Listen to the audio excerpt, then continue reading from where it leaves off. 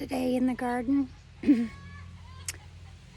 is a reflection of that whole trial and error thing. So the water line test run was kind of an epic fail. Live and learn, right? So I know what I got wrong, and now I'm going to fix it. So that's a bright note. And it's just a matter of the connector I used. They leaked, and I was not happy with that. Now, was it a drastic leak? No. So I don't have a ton of fixing to do, but I have some fixing to do before I'm going to waste my water. So that's on my agenda. Everything should be here in a few days, and I'll get going on that again. But I wanted to point out that beauty right there. Look at this cucumber. Already first one of the season, and I am thrilled with it. So I thought I would take you on a little quick trip of the garden. Let me get the camera turned around and I'll show you what's going on. We have cucumbers. Most of them are in the 2 to 3 inch range. We have some squash going on, lots of flowering. I added some compost to this particular bed. Look at all of them here. So we've got quite a few, but I'm really thrilled with that boy right there. Look at that. We've got several cucumbers and more starting. The beets and radishes are doing great. The citronella is spreading like crazy, and I'm okay with that because we fight mosquitoes like crazy here in the south. The tomato trellis is doing well. I'm very excited about them. You can see lots of tomatoes going. And they go all the way down. We have multiple types of tomatoes.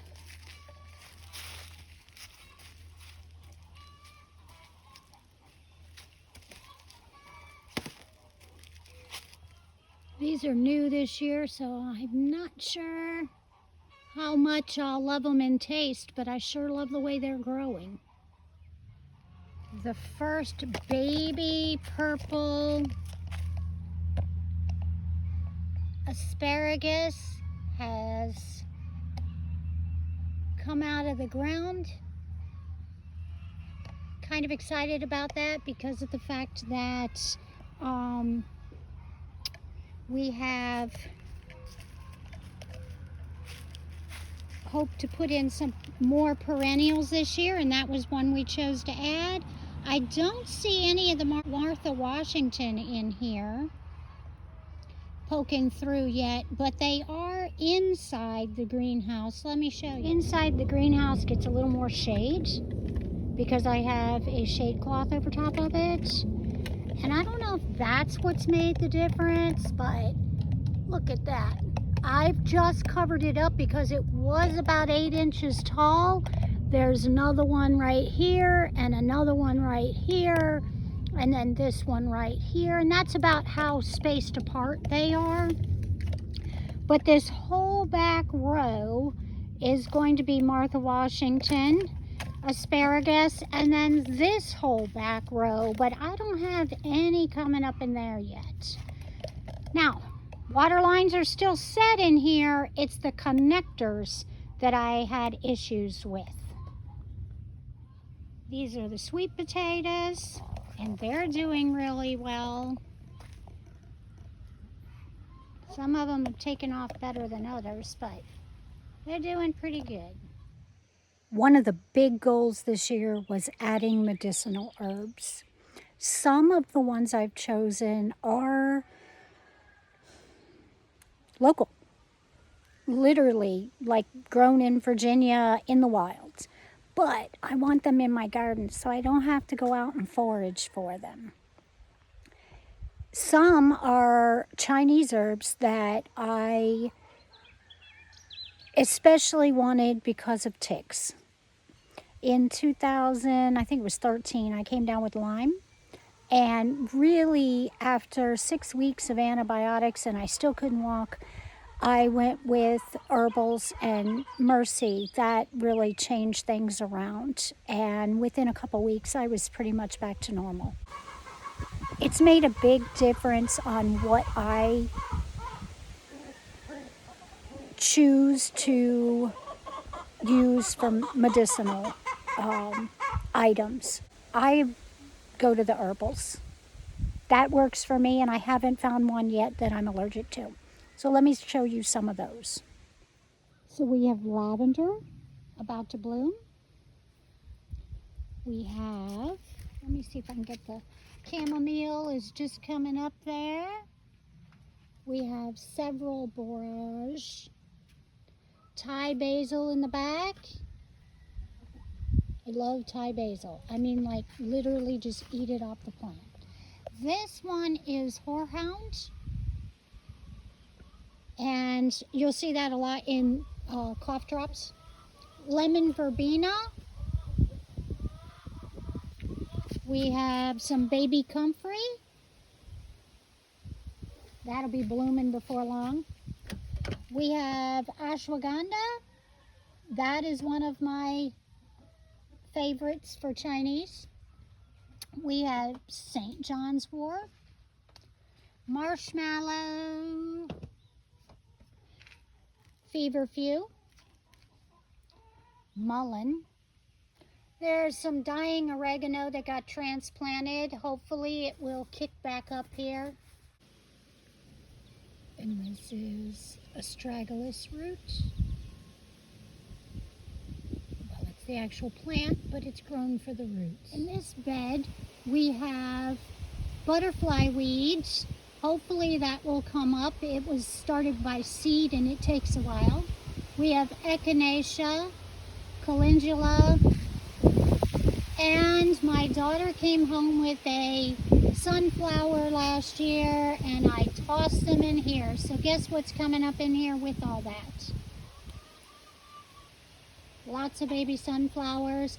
Luckily they were the shorter version, and I put this bed next to the chickens so that I can toss sunflowers to the chickens. I have elderberry.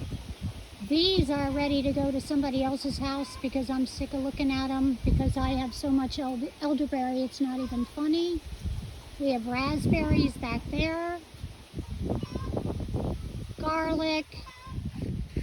This bed doesn't look like anything, but it is sunchokes or Jerusalem artichokes. And then I've got some nasturtium coming up in little places. And then we've got lemongrass, bee balm. I also planted some calendula in with the hibiscus, which it looks like we're going to get some buds. Awesome. Very cool. Look at all these.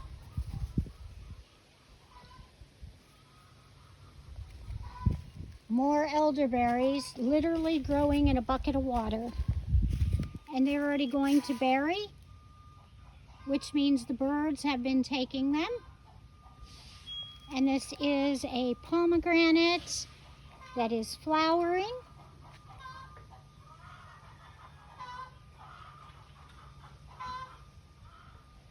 More elderberry.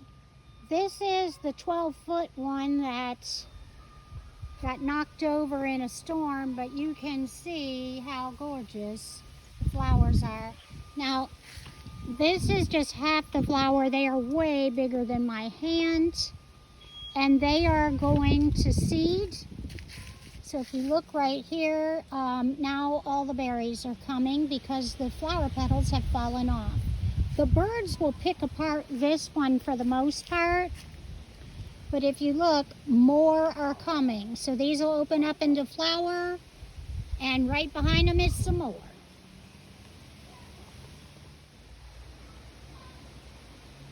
And there's one of my culprits. Look at the size of this one. Huge. Huge.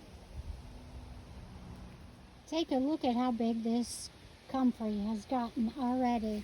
In my last video, I showed you just 3 little tiny snips coming up at the bottom. Well, now it has a ton of them. So this is spreading like crazy.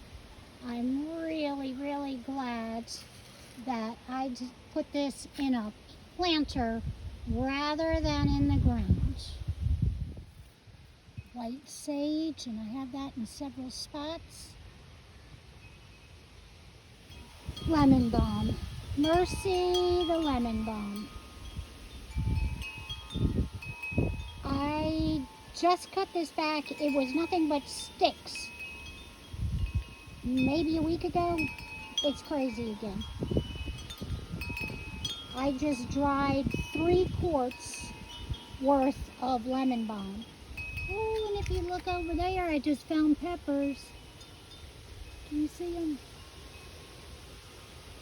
We got peppers going. Green beans are climbing the trellis.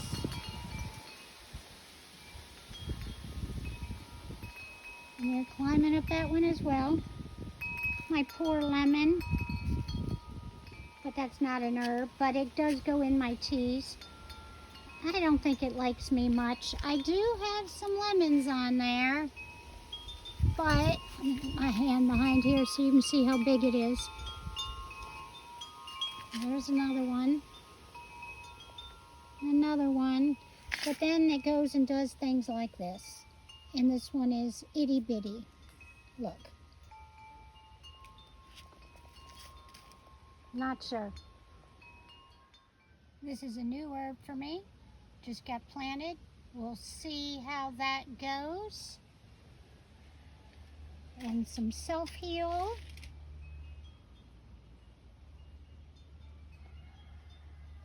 More Thai basil, because you can never have enough Thai basil. Literally, I just come in here, pick off the leaves, and eat them. Delicious. So this is bone set. Now that is definitely one you can find in Virginia. I just don't want to go out looking for it. Red parsley, lemon thyme, and mercy, that smells like lemon. It is yummy. I chopped that up and put it on chicken. And then another rosemary. And some echinacea will be coming up in this area, hopefully, if the seed works. I'm pretty sure that's a volunteer catnip. I am not quick on pulling weeds out that show up on their own. I kind of feel like sometimes that nature knows what it needs. And I let them grow until I figure out if they're medicinal or not. Like that poke has got to go. Pokeberry, some is okay, but we have more than our fair share here, so it's got to go. More chamomile, more Thai basil in various stages, borage, some dill, a dying rosemary. I don't know if it's going to make it. My oregano looks like it's finally trying to come back. I think I shocked it when I put the compost in and transplanted it. Once I get the watering line set up in here, all of this should grow a lot faster, but I'm watering by hand and that's never as efficient. Then of course I have goji. They are crazy. They're up over my head. There's 4 of them. They were originally maybe 12 to 18 inches tops, but again, you have to, ouch, they have thorns. You have to train these to this because otherwise they fold over and regrow in the dirt like that one. So up, up, up, and I just try to keep tucking them in there. They don't, so a lot of times I'll use the little plastic clips that look like this to clip them to the wire. I have another pomegranate here.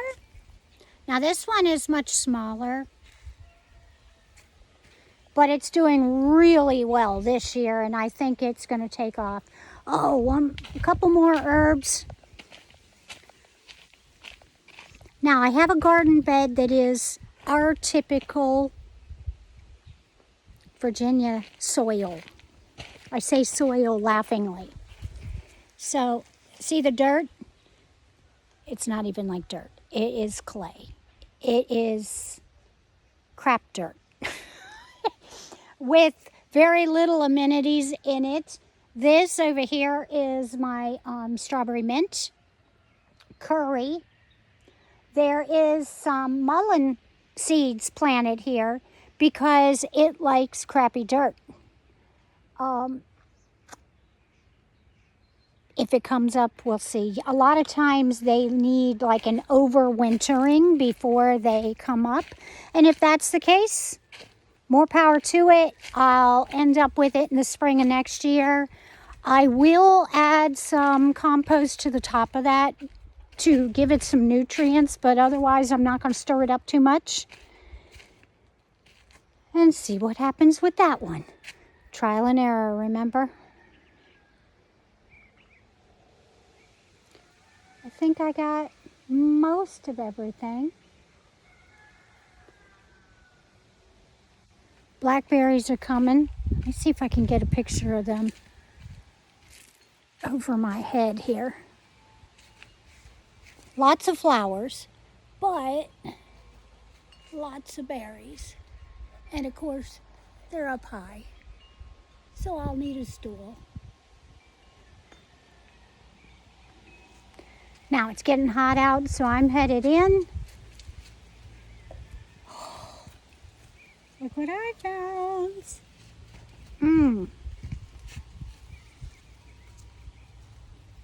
Look at that. Blackberry, or raspberry. Yum. There's more. I'm getting a bucket.